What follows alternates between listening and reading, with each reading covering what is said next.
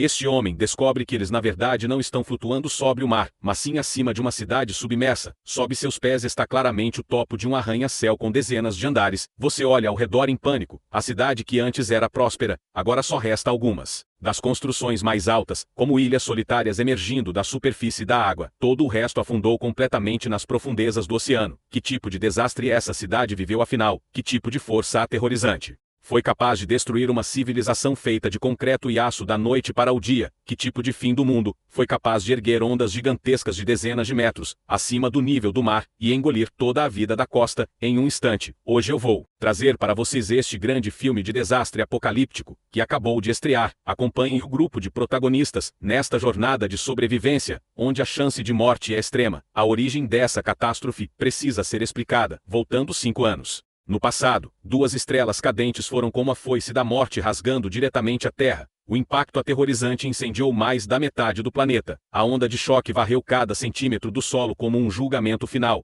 Em poucas horas 80% da população mundial desapareceu completamente. 5 anos se passaram, e a Terra não conseguiu se recuperar dessa catástrofe. Os meteoros ainda orbitam a Terra como bombas relógio prontas para cair a qualquer momento sem aviso. Os sobreviventes tentaram reconstruir suas casas, mas logo perceberam que esse mundo cheio de cicatrizes não daria uma segunda chance à humanidade. A radiação está por toda parte, e pode matar um adulto em apenas 3 minutos. O estranho é que dizem que alguns lugares milagrosamente permanecem verdes, como se o desastre nunca tivesse acontecido. Encontrar essas terras puras se tornou a única esperança dos sobreviventes. O protagonista John e sua família vivem junto com outras pessoas em um bunker sobrevivendo por pouco. O ambiente externo está cada vez pior, terremotos frequentes, vulcões prestes a entrar em erupção. Todos sabem que o bunker não vai aguentar por muito mais tempo. É preciso encontrar uma saída. Nesse dia, John veste o traje de proteção e entra novamente no deserto pós-apocalíptico. Ao atravessar a praia surge diante dele a linha costeira. John avisa animado pelo rádio os companheiros que há vários barcos salva-vidas na praia,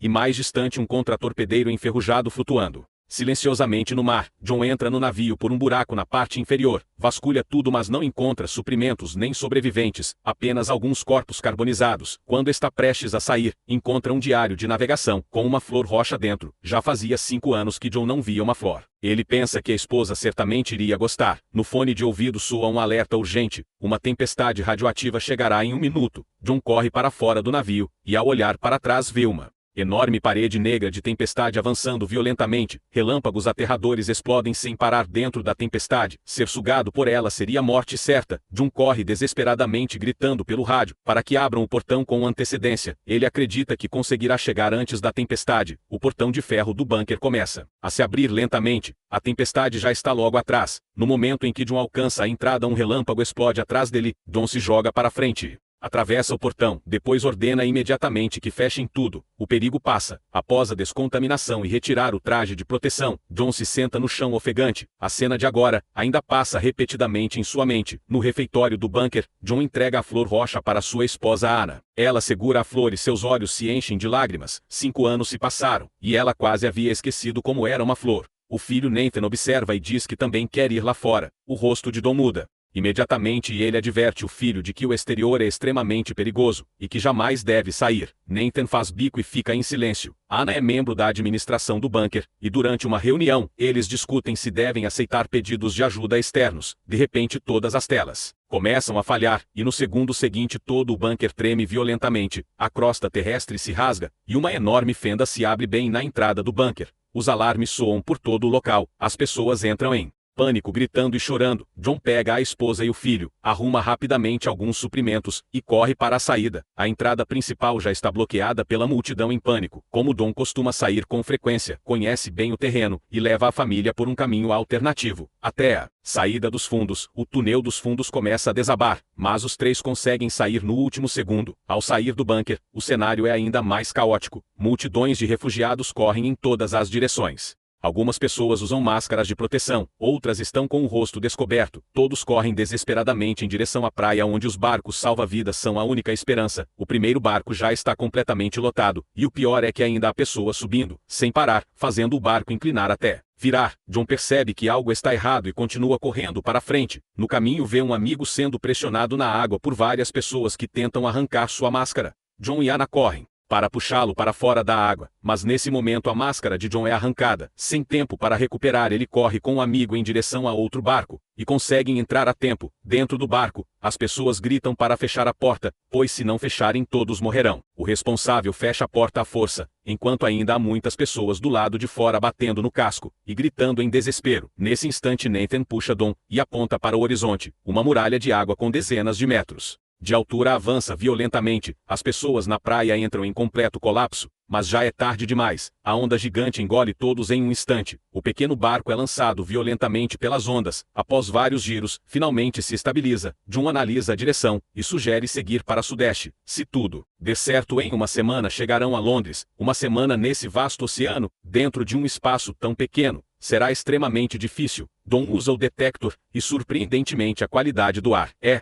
boa. As pessoas finalmente podem tirar as máscaras e respirar ar fresco, mas ninguém consegue ficar realmente feliz. A Islândia já desapareceu completamente, e as correntes marítimas mudaram. Ninguém sabe se conseguirão chegar a Londres. Só resta rezar. À noite John deita no barco, e abre os olhos de tempos em tempos com medo de que algo aconteça. No dia seguinte o motor quebra e o barco fica à deriva. Continuar assim é morte certa. John entra na casa de máquinas, e após alguns reparos consegue consertar. À noite John e o filho olham para o céu, a antiga Via Láctea desapareceu, no lugar há inúmeros meteoros flutuando como uma estranha faixa luminosa cruzando o céu. Os dias passam rapidamente, a comida acaba, e todos ficam fracos e famintos. Então o barco colide com algo. Ao olhar para fora veem prédios submersos com apenas os topos à mostra. Eles reconhecem que chegaram a Liverpool, logo encostam em terra firme, e encontram avisos dizendo que a cidade foi abandonada. Dom mede o ar e percebe que é apenas tolerável. Exposição prolongada causaria danos graves. Eles precisam encontrar rapidamente um abrigo. Nesse momento veem algumas pessoas à frente, e resolvem segui-las. Logo ficam chocados, ao ver um grande número de refugiados, com a pele deformada pela radiação. Há um muro alto com soldados armados. Um oficial grita que apenas pessoas com autorização podem entrar. Ana mostra seu distintivo, e o oficial permite a passagem. Mas o amigo de John entra em pânico ao perceber que perdeu o documento. Ele grita seu nome e cargo. A situação foge do controle e os soldados fecham o portão à força. Dom e sua família ficam do lado de fora. Nesse momento o céu muda de cor, e uma enorme tempestade radioativa se aproxima rapidamente. A multidão entra em pânico. John puxa a família e corre. Um carro aparece. John se coloca na frente implorando por ajuda. O motorista aceita em troca de um relógio. John entrega sem hesitar. Eles seguem para Londres. Após um tempo o motorista para uma pausa, John percebe algo estranho e sente o chão. Isso não é uma tempestade radioativa. Ao levantar a cabeça vê inúmeras bolas de fogo caindo do céu. São meteoros. Não há para onde fugir. Eles se escondem atrás de uma árvore. A temperatura sobe drasticamente, e os impactos causam explosões por toda parte. Milagrosamente sobrevivem. Seguem viagem, e chegam à casa da mãe de Anna, que os recebe emocionada. O local tem boa proteção, mas sem água e energia. Ainda assim conseguem sobreviver. John percebe que Anna começa a tossir sangue. Ele revela que os médicos disseram que quando isso começasse, restariam apenas 6 a 8 semanas de vida. Anna entra em choque. John diz que não podem ficar ali, e que precisa encontrar o local ideal para que a família sobreviva. No dia seguinte se despedem da mãe que entrega uma arma a John. Eles seguem viagem. À noite são atacados por assaltantes. Há um tiroteio. Conseguem sobreviver. Seguem adiante. Encontram uma grande fenda cortando a estrada. A